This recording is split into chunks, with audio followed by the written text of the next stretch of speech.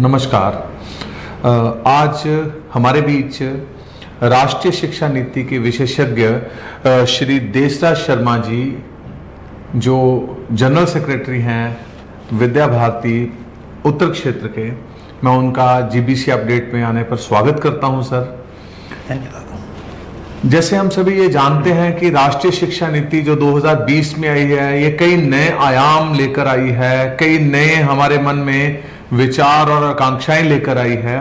उस विषय में सर आपसे सबसे पहले ये जानना चाहेंगे कि ये राष्ट्रीय शिक्षा नीति जो है, ये किस तरह की सोच है, कैसे इसके बारे में विचार आया होगा और इसको लाने के बारे में सोचा गया है? राष्ट्रीय शिक्षा नीति कोई नया विषय इस देश के लिए नहीं है। प्राचीन काल से ही समय समय पर शिक्षा नीति पर विचार होते रहे, कमीशन बनते रहे और उनकी रिपोर्ट्स भी हमारे सामने आती रही जी। तो डॉक्टर विनय जी, अगर हम ये देखें तो अगर स्वतंत्र भारत में भी देखें तो स्वतंत्र भारत के अंदर भी 48 से लेकर फिर वो 52 में 90, 64 to 66 है, 86 है जी। ये सारे ऐसे कार्यकाल है जिसके अंदर किसी न किसी रूप में शिक्षा नीति आती रही है जी। होता क्या है कि किसी भी देश की जब उसकी एक विशिष्ट पहचान होती है, उसके नेचुरल रिसोर्सेज होते हैं, उसके ह्यूमन रिसोर्सेज होते हैं, उस देश की एक संस्कृति होती है, प्रकृति होती है, प्रगति होती है जी। उसकी कुछ आवश्यकताएं होती हैं। तो समय समय पर वो आवश्यकताएं, वो प्रगति करने के तरीके, मनुष्य की सोच बदलती रहती है। उस बदलते संदर्भ में उस पीढ़ी को न्याय देने के लिए शिक्षा नीति की जरूरत पड़ती है जी। तो यह शिक्षा नीति भी उसी संदर्भ में है। दुर्भाग्य देश का ये रहा कि ये बड़े लंबे कालखंड, इस पर विचार बड़ा कम किए। 34 वर्षों के बाद ये शिक्षा नीति आई जी जी जी। 34 वर्ष में आप देखें कि 12-13 वर्ष में एक पीढ़ी बदल जाती है। पीढ़ी बदलने से उसके सोचने के और काम करने के तरीके बदल जाते हैं जी। तो इतने लंबे समय के बाद जो आई, तो इसका विजन जो रहा वो इस देश के विकास का, अगर आप देखेंगे 2014 का जो development agenda of government of India है, उसको पूरा करने के लिए कैसे लोग चाहिए, उस के संदर्भ में इस शिक्षा नीति का निर्माण हुआ है जी। बहुत अच्छा है जी। तो ये जो शिक्षा नीति है, इसका अगर हम ये राष्ट्रीय शिक्षा नीति की बात करें तो इसका लाभ प्रथम दृष्टया क्या लगता है हमें? सबसे पहले देखने में क्या लाभ इसका हो सकता है राष्ट्र को? हाँ, बहुत ही अच्छा प्रश्न है ये। लाभ की दृष्टि से क्या हुआ कि जैसे स्व का शासन आया, स्वतंत्र भारत हुआ, तो जो स्व था कहीं ना कहीं उस पर विचार करने की कमी रही जी। हालांकि देश स्वतंत्र हुआ, अच्छे लोगों सरकार रही और जो राष्ट्रीय शिक्षा नीति बनी भी उस पर कुछ विचार भी आए, लेकिन जनमानस पर अंग्रेजों का प्रभाव इतना अधिक है बिल्कुल कि उससे वो बाहर निकल कर नहीं आए। अंग्रेजों के सोचने का तरीका, शिक्षा देने का तरीका ये था कि उनको अपना शासन चलाना था, उस शासन को चलाने के लिए उनको नौकर चाहिए थे। बिल्कुल। स्वतंत्र भारत में देश को विकसित करने के लिए और देश को चलाने के लिए नागरिक चाहिए थे जी। तो मुख्य रूप से ये जो उस शिक्षा नीति का संदर्भ है, तो उसका उपयोग इस देश की बेरोजगारी समाप्त हो, इस देश की मिट्टी से लोग जुड़े, इस देश पर सोचे और देश को दुनिया के उच्च शीर्षक स्थान पर लेकर जाएं। ऐसे ही काम करने वाली पीढ़ी, जनरेशन विद्यालयों से, कॉलेजेस से, विश्वविद्यालयों से निकल कर आए, ये इसका मुख्य बात है, कही जा सकती है। थोड़ा सा जिस तरह से सभी ये जानना चाहते हैं, हमेशा हर एक के मन में ये रहता है विचार कि उसे पता चले कि प्राथमिक शिक्षा के बारे में और उच्च शिक्षा के बारे में ये राष्ट्रीय शिक्षा नीति में क्या व्यवस्थाएं हैं, थोड़ा सा इस पर आप अगर रोशनी डालें तो। हाँ, इसका बड़ा महत्वपूर्ण बात है शिक्षा नीति के डॉक्यूमेंट में, क्योंकि ये देश शिक्षा और ज्ञान की दृष्टि से बहुत श्रेष्ठ रहा है जी। बिल्कुल जी। अगर हम इतिहास को देखेंगे, चाहे वो विज्ञान का क्षेत्र था, संगीत का क्षेत्र था, गणित का क्षेत्र था, कृषि का क्षेत्र था, मानवीय का क्षेत्र था, संगीत का क्षेत्र था, ये सारे क्षेत्र में भारत अग्रणी रहा। अब वो जो हमारी एक ज्ञान परंपरा थी, ज्ञान देने की परंपरा थी, वो लुप्त हुई। हमने बच्चे को क्लासरूम के एक चारदीवारी के अंदर बांध दिया। बिल्कुल जी। इस शिक्षा नीति का पहला लाभ बालक को यह है कि वो इस चारदीवारी से बाहर निकलकर सोचेगा। तो उसने कहा इस शिक्षा की नीति में 5-6 बातें सीधी सीधी पहले कही।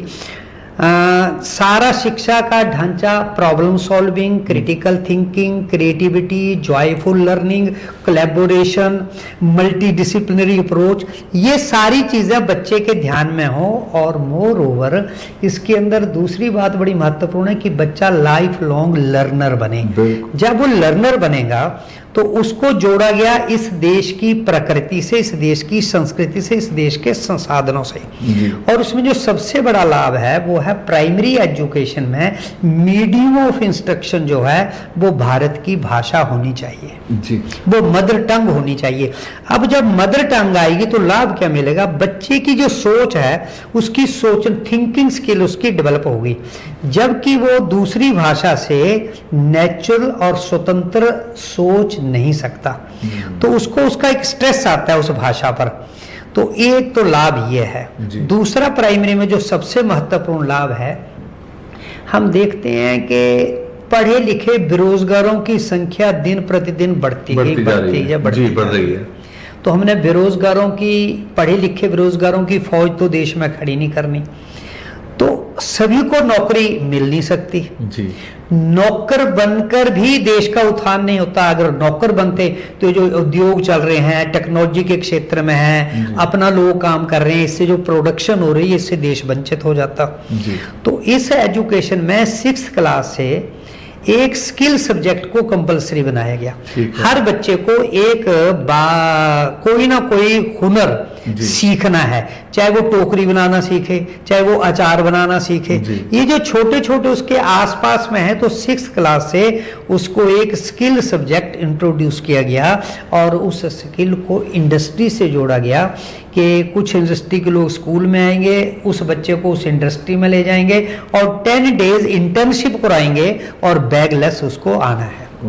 तो बच्चा जब 6ठी से ही कुछ काम करना शुरू कर देगा तो डिग्निटी ऑफ लेबर बढ़ेगी, वर्क के प्रति बच्चे का एक प्यार बढ़ेगा। जो आज काम करने से जी चुराता है, हाथ से काम करने वालों को छोटा समझते हैं, और धीरे धीरे उस बच्चे का एक माइंड सेट बन जाएगा कि मुझे किस फील्ड में जाना है, तो उसको अपना प्रोफेशन चुनने में आसानी हो जाएगी, सुविधा हो जाएगी। एक जो छोटी सी कई बार मन में शंका, कई स्टूडेंट से मैं भी मिलता हूं, उनके मन में शंका होती है, आप हमारे दर्शकों को थोड़ा ये बताइए कि अगर वो स्ट्रीम सिस्टम खत्म हो जाएगा 10+1 10+2 में, अगर उन्होंने कॉमर्स, साइंस, मेडिकल, ऐसे कुछ उनके मन में शंकाएं हैं, उनको किस तरह से आप दूर कर सकते हैं उनके मन में से? प्रत्येक विद्यार्थी को पहले और पेरेंट्स को जी इस विषय को ये क्यों खत्म किया, इसका आधार समझना होगा जी। उसका आधार ये है कि प्रत्येक व्यक्ति में एक इंस्टिंक्ट है, अपने अंदर ईश्वर ने दिया हुआ उसके अंदर हुनर है, एक स्किल, एक कला है। अगर एजुकेशन में पेरेंट्स एट होम और एट स्कूल दोनों प्लेसेस में अगर उस बात को उभारा जाएगा तो बच्चा एक वो बहुत आगे तक पहुंच सकेगा। होता क्या था कि मेरा इंटरेस्ट इकोनॉमिक्स में है, बिल्कुल, लेकिन एक फील्ड में मुझे बायोलॉजी भी पढ़नी है क्योंकि वो शरीर विज्ञान से जुड़ी हुई सारी बात है। तो मेरे लिए क्या मजबूरी थी कि मैं इकोनॉमिक्स पढ़ता हूँ, ह्यूमैनिटी सब्जेक्ट में मैं बायोलॉजी में फिजिक्स केमिस्ट्री नहीं पढ़ सकता था, मैं कॉमर्स के अंदर मैं बिजनेस स्टडी नहीं पढ़ सकता था, मैं अकाउंटेंसी नहीं पढ़ सकता था। तो क्या था कि बच्चा जब 9वीं में दाखिल होता है तो 10वीं 11वीं 12वीं तक उसको सब्जेक्ट उसकी नीति का रीति का है ही नहीं है, उसमें उसका मन नहीं लगता, तो वो फेल होने लगता है। तो जो इनरोलमेंट 100% प्राइमरी में हो रही है वो बच्चा हायर एजुकेशन में, सारे ही 30% भी बच्चे हायर एजुकेशन में नहीं आ रहे। ये जो 70% बच्चा बाहर हो गया जी। तो पहले तो उस बच्चे को मेन स्ट्रीम में रखने की बात है, नंबर 1। नंबर 2, जब उसको अपने शौक का सब्जेक्ट मिलेगा तो नेचुरली ये बड़े इंटरेस्ट से पढ़ेगा, तो वो उसकी स्पेशलाइजेशन करेगा, तो उस फील्ड में वो स्पेशल रिसर्च में चला जाएगा। तीसरी बात, अगर उसको डॉक्टर बनना है, इंजीनियर बनना है, तो उसमें क्या है कि एक कोर सब्जेक्ट और एक जनरल सब्जेक्ट, एक बास्केट ऑफ सब्जेक्ट बन गई। बास्केट ऑफ सब्जेक्ट में से मुझे मेडिकल लाइन में जाना है तो उस बास्केट से मैं एक सब्जेक्ट बायोलॉजी उठा लूंगा। मुझे इंजीनियर में जाना है, मुझे इलेक्ट्रॉनिक्स में जाना है, इलेक्ट्रॉनिक में फिजिक्स उठा लूंगा। मुझे म्यूजिक में जाना है तो वो म्यूजिक वाला सब्जेक्ट ले लूंगा। तो उस सब्जेक्ट को साथ जोड़कर पढ़ूंगा तो मुझे प्रोफेशनल में भी मैं एक्सपर्ट भी बनूंगा और उस विषय में विशेषज्ञ भी बनता है। मन से पढ़ पाऊंगा, मन से करूंगा तो ज्यादा सीख पाऊंगा मैं। जी, अब एक आप ये बताइए कि राष्ट्रीय शिक्षा नीति किस तरह से, क्या इससे रोजगार बढ़ेंगे? ये थोड़ी सी कई बार विद्यार्थियों के मन में शंका रहती कि ये ना हो हम अलग अलग विषय पढ़ते जा रहे हैं और हम अलग अलग को पढ़ के किसी में भी उत्तीर्ण ना हो पाए और किसी में भी बहुत ज्यादा परफेक्ट ना हो पाए, जिसके कारण हमें रोजगार कम मिले। तो आप ये बताइए हमारे दर्शकों को कि किस तरह से इससे रोजगार बढ़ेंगे या कम होंगे? शिक्षा का जब लक्ष्य तय करते हैं तो शिक्षा के जहाँ बेसिक शिक्षा का ऑब्जेक्टिव है वो है चरित्र निर्माण और व्यक्तित्व विकास, किसी की पर्सनैलिटी को डेवलप करना। बिल्कुल। उसके साथ जुड़े हुए हैं उसका रोजी रोटी है, उसका रोजगार है, उसकी घर गृहस्थी को चलाने का, ये सारी बातें साथ में जुड़ी हैं। इस एजुकेशन पॉलिसी में अगर मैं इसको आपको हायर एजुकेशन में लेकर चलता हूँ जी। हायर एजुकेशन में एक बच्चे ने माना जब वो 6ठी से स्किल सीख रहा था, 9वीं 10वीं में उसके पास वोकेशनल सब्जेक्ट आ गया और हायर एजुकेशन में जो उसने वोकेशनल स्ट्रीम ली उसके अंदर वो हायर एजुकेशन में चला गया जी। तो पहला तो वो माइंड सेट उसका जब 6 से बना तो उस सब्जेक्ट के प्रति जो आज का इंजीनियर, आपके ध्यान में होगा कितने इंजीनियरिंग कॉलेजेस बंद होते जा रहे हैं, बड़ी तेजी से बंद हो रहे हैं। अगर आप देखेंगे तो वो बच्चा इंजीनियरिंग करके आता है लेकिन उसको करने तो कुछ नहीं आता जी। तो डिग्री लेना और सर्टिफिकेट लेना इससे तो काम नहीं चलेगा, तो उसको हाथ से कितना करना आता है। तो इसमें क्या था, बच्चे की कुछ मजबूरियां थी, कुछ उसको फाइनेंशियल प्रॉब्लम है, कुछ दूसरी प्रॉब्लम है। इस सिस्टम में बच्चा इंजीनियरिंग में फर्स्ट ईयर में एडमिशन लेता है, फिर वो सेकंड ईयर में चला जाता है। फर्स्ट ईयर में उसको लगता है कि नहीं मैं नहीं पढ़ पा रहा हूं, मैं कुछ और कर लूं, मैं थोड़ा दिन कुछ काम कर लूं।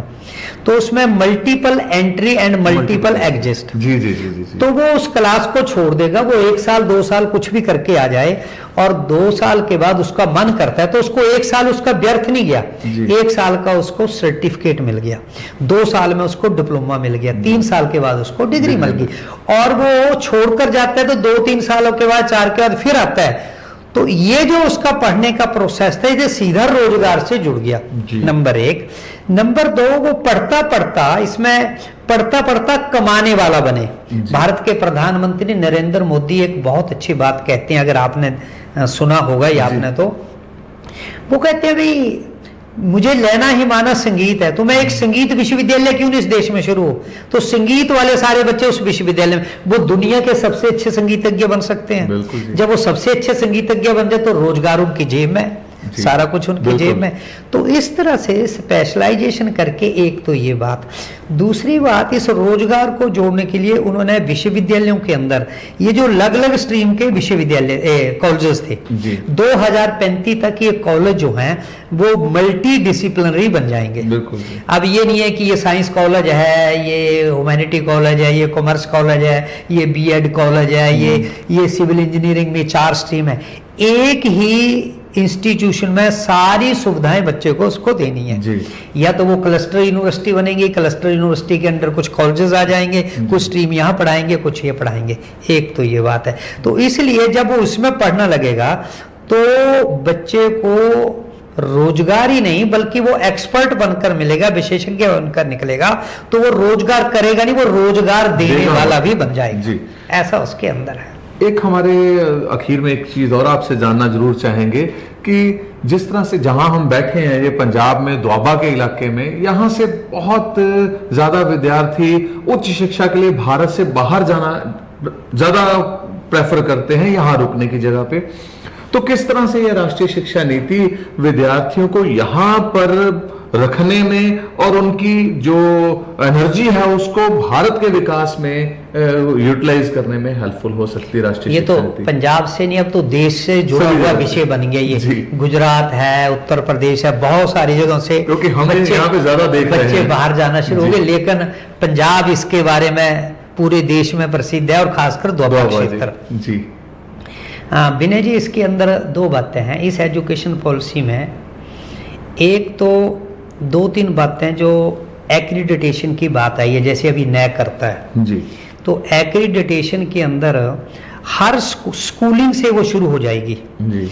जब स्कूल से शुरू होगी तो पूरे देश के स्कूल किस रैंकिंग में है जी, ये तय होगा। ठीक है, उसके एक मानक बनाए हैं, एक स्टैंडर्ड तय किए हैं। दूसरा, टीचर की एबिलिटी के लिए टेस्ट रखा हुआ है जी, बिल्कुल। प्रत्येक टीचर को कहाँ है तो उसकी टेस्ट होंगी। तो पहली बात है, क्वालिटी ऑफ एजुकेशन अच्छी हो जाएगी जी, एक बात तो ये है। दूसरी बात है, भारत की यूनिवर्सिटीज फॉरेन में जाएंगी और उतनी ही फॉरेन की भारत में आएंगी जी।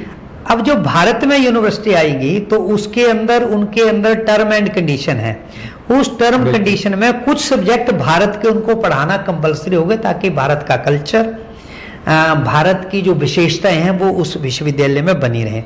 तो जिस बच्चों को क्रेज वहां पढ़ने वाली थी, वो यूनिवर्सिटी ही बाहर घर में आ रही है। जब घर में आ रही है तो उसको बाहर जाने की जरूरत नहीं पड़ेगी। एक तो ये बड़ा सीधा हो जाएगा। दूसरा, रिसर्च यूनिवर्सिटीज। रिसर्च यूनिवर्सिटीज का जो बच्चे रिसर्च के लिए बहुत सारा जो टैलेंट था वो रिसर्च के लिए बाहर जाता था, और उसकी फेलोशिप कितनी मिलती है, आर्थिक पक्ष भी जुड़ा हुआ था इसका। भारत के अंदर बहुत सारे डिस्ट्रिक्ट को बेस बनाकर रिसर्च यूनिवर्सिटी बनने वाली, खुलने वाली हैं। जब बच्चा उस रिसर्च में जाएगा तो रिसर्च भी बढ़ेगी और उसका अपने स्कोप भी बढ़ेंगे। तो मुझे लगता है ये 2-3 बातें ऐसी होंगी जिसमें बच्चा विदेश जाने की फिर उसको आवश्यकता नहीं रहेगी। जो लाखों रुपए पेरेंट्स के खराब होते थे वो लाखों रुपए बचेंगे। ये मोदी सरकार की इस शिक्षा के क्षेत्र के अंदर एक बहुत बड़ी अचीवमेंट है। देश के टैलेंट को देश के अंदर ही उपयोग करना और उसको वो मंच प्रोवाइड करना, ऐसा इसको दिखाई देता है। एक और आपसे हम जानकारी चाहेंगे कि ये जो डिजिटल एजुकेशन के बारे में ये राष्ट्रीय शिक्षा नीति में कैसे हमें काफी नॉलेज मिल सकती है, इसे प्रयोग किया जा सकता है डिजिटल एजुकेशन को। जब हम 21st सेंचुरी की बात करते हैं तो इस पॉलिसी के अंदर उसका बहुत अच्छा वर्णन किया है जी, कि अपने को ग्लोबल के आधार पर 21st सेंचुरी के आधार पर बच्चों को एजुकेशन देनी है जी। तो 21st सेंचुरी जो है वो सारी की सारी टेक्नोलॉजी से जुड़ी हुई है जी। अब अगर कक्षाओं में बच्चा टेक्नोलॉजी में नहीं जाएगा तो वो पिछड़ेगा। तो एजुकेशन पॉलिसी के अंदर डिजिटल एजुकेशन की बड़ा एक लंबी बात की गई है, लेकिन उसका छोटे स्वरूप में कहूँ, आप हैरान होंगे कि 6th क्लास से जी कोडिंग है, आर्टिफिशियल इंटेलिजेंस है, AI का प्रोविजन है जी। और यही तक नहीं है कि बच्चे को यही करना है, टीचर और स्कूल के लिए कि वो अपना 30% जो लर्निंग है वो डिजिटल होनी चाहिए। और उस डिजिटल एजुकेशन, चाहे वो फ्लिप मोड पर है, चाहे वो, अब उसमें क्या लाभ मिलेगा, देखिए आप अगर ध्यान से देखें, माना आज बच्चा स्कूल नहीं आया, बिल्कुल कारण कोई भी हो सकता है जी। तो अगर टीचर ने डिजिटल में अपना लेक्चर रिकॉर्ड किया है या उसे, तो सीधा उस मोड पर वो उसको बच्चे को, तो बच्चे में जो छूट जाता था पोर्शन, जो पिछड़ता बच्चा पढ़ाई में, वो कवर कर लेता है, पहला। दूसरा, लेटेस्ट जो टेक्नोलॉजी है उसका उपयोग करेगा। आज कुछ सालों के बाद तो बच्चे के पास किताब नहीं होगी, टैब हाथ में होंगे, तो टैब हो गए तो वो सारा जुड़ा हुआ सारा सिस्टम आएगा। तो क्लासरूम को भी स्मार्ट क्लासरूम में कन्वर्ट करना, और टीचर्स को और स्टूडेंट्स के अंदर पढ़ाने की जो पेडागोजिकल अप्रोच है उसके अंदर भी डिजिटल का समावेश है। बहुत अच्छा परिवर्तन आएगा सर, बहुत अच्छा सर। आपने आज अपने बड़े ही बिजी शेड्यूल में से टाइम भी निकाला और हमारे दर्शकों तक इस बात को पहुंचाया है कि ये जो राष्ट्रीय शिक्षा नीति है ये किस तरह से प्राइमरी एजुकेशन में, हायर एजुकेशन में, रोजगार में, और यहाँ तक कि जो दौड़ एक लगी है विदेशों की ओर जाने की, उस दौड़ से भी युवा वर्ग को रोकने में काफी हद तक सहायक सिद्ध होगी। आपका बहुत बहुत धन्यवाद आज यहाँ आने के लिए। धन्यवाद।